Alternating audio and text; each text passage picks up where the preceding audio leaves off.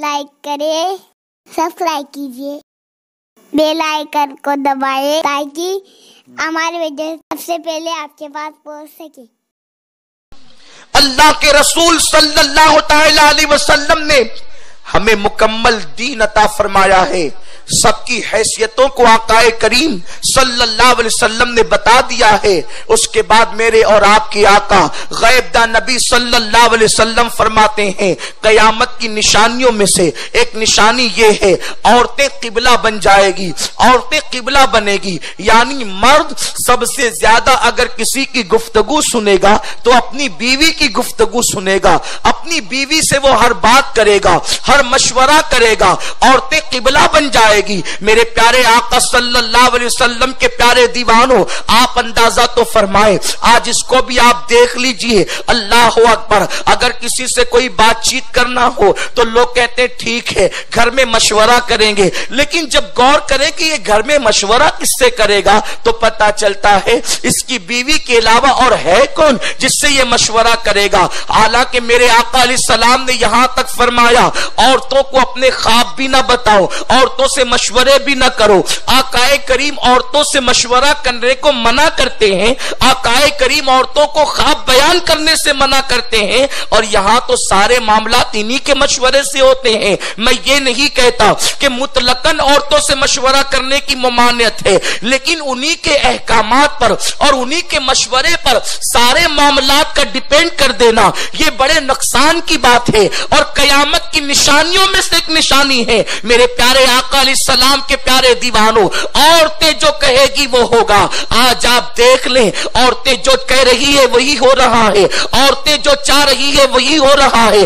مرد کا حال یہ ہے کہ بیوی کے سامنے مرد بھیگی بلی کی طرح بنا ہوا ہے۔ میرے آقا مصطفیٰ کریم رؤوف الرحیم صلی اللہ تعالی علیہ وسلم فرماتے ہیں وہ مرد دیوس ہے، اللہ نے اس پہ لعنت کی ہے جو اپنی بیوی کا غلام بن جائے اور بیوی پر حاکم بننے کی بجائے وہ بیوی کا محکوم بن جائے۔ میرے پیارے آقا علیہ السلام کے پیارے دیوانوں، آپ اندازہ تو فرمائیں، آپ غور تو فرمائیں، عورتوں نے اگر کہہ دیا کہ ہمیں ایسا ہی لباس چاہیے تو شوہر یہ نہیں دیکھتا کہ ایسا لباس پہنانا جائز ہے یا ناجائز ہے۔ اللہ و رسول کے فرامین کو پیٹ کے پیچھے ڈال دیا جاتا ہے اور بیوی کے حکم پر جو ہے وہ معاذ اللہ آمنا صدقنا کی صدائیں بلند کی جاتی ہے۔ میرے پیارے آقا علیہ السلام کے پیارے دیوانوں، اللہ کے رسول صلی اللہ علیہ وسلم نے فرمایا جب عورتوں کی باتیں انسان ماننے لگ جائے گا اس وقت تو صرف تم قیامت کا انتظار کرنا۔ اگر عورتیں کہہ دیں رنگین ٹی وی چاہیے، ایسی ٹی وی چاہیے، تو گھر کے اندر ویسا ہی ٹی وی لایا جاتا ہے۔ اور آج تو معاذ اللہ ثم معاذ اللہ مذہب کے نام پر ٹی وی کو عام کیا جا رہا ہے۔ یہ ٹی وی اتنا خطرناک ہے جو سماج کے لیے انتہائی دشوار ترین ہے۔ یہ سیریل کی نحوستیں، یہ سیریل کی لعنتیں ٹی وی کے ذریعے سے تمہارے گھر کے اندر آ رہی ہے، یہ فلموں کی لعنتیں ٹی وی کے ذریعے سے تمہارے گھروں کے اندر آ رہی ہے۔ آج کل لوگوں کو کہا جائے اپنے گھروں میں ٹی وی کیوں لاتے ہو تو کوئی کہتا ہے اسلامی چینل دیکھنے کے لیے۔ میں کہتا ہوں اسلامی ایک چینل دیکھنے کے لیے، دو چینل دیکھنے کے لیے، درجنوں وہ چینل جس پہ عریانیت دکھائی جا رہی ہے، جس پر گندگی دکھائی جا رہی ہے، جس پر فحاشی دکھائی جا رہی ہے۔ مجھے بتاؤ شوہر جب تک گھر میں رہے گا ممکن ہے اس کے خوف کی وجہ سے عورتیں اسلامی چینل دیکھے، لیکن شوہر گھر سے باہر نکلے گا تو بچے بھی عریانیت کی طرف جائیں گے، عورتیں بھی عریانیت کی طرف جائیں گی۔ میں تم سے پوچھنا چاہتا ہوں آج جو مسلم بچیاں بھاگ رہی ہے، آج جو مسلم بچیاں غیروں کا ہاتھ پکڑ رہی ہے، یہ افیئر کے معاملات، یہ ناجائز تعلقات، مجھے بتاؤ کون سی عورت آ کر کے تمہیں سکھاتی ہے؟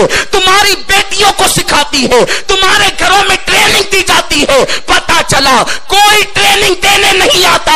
اگر یہ بچیاں سیکھتی ہے تو سیریل کے ذریعے سے سیکھتی ہے، فلموں کے ذریعے سے سیکھتی ہے۔ ایک دو چینل کی وجہ سے گھر میں ٹی وی لا کر کے تم اپنے لیے قیامت بپا کر رہے ہو، تم اپنے گھر کو جہنم کا ایندھن بنا رہے ہو۔ مجھے بتاؤ ابھی بزرگوں کی خانقاہیں باقی ہے، ابھی ولیوں کے آستانے باقی ہے، ابھی علماء کا وجود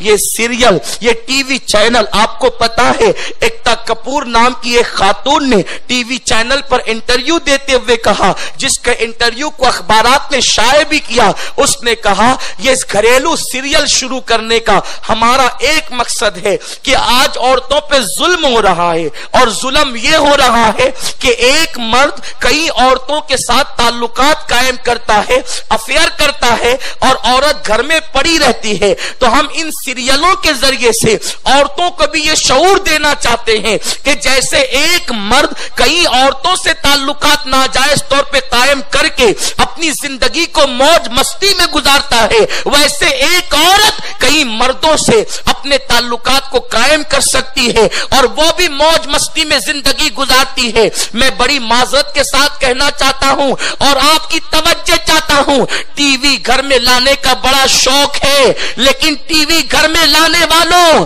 اور سیریل کے دروازے کھولنے والوں، تم گویا کہ اپنی عورتوں کے لیے ناجائز راہوں کو ہموار کر رہے ہو، اپنی بیٹیوں کو آوارگی کا رستہ دکھا رہے ہو۔ جب بھی لوگوں نے قرآن و سنت سے منہ پھیرا ہے ان کو رونا نصیب ہوا۔ کمنٹ شیئر ضرور کریے۔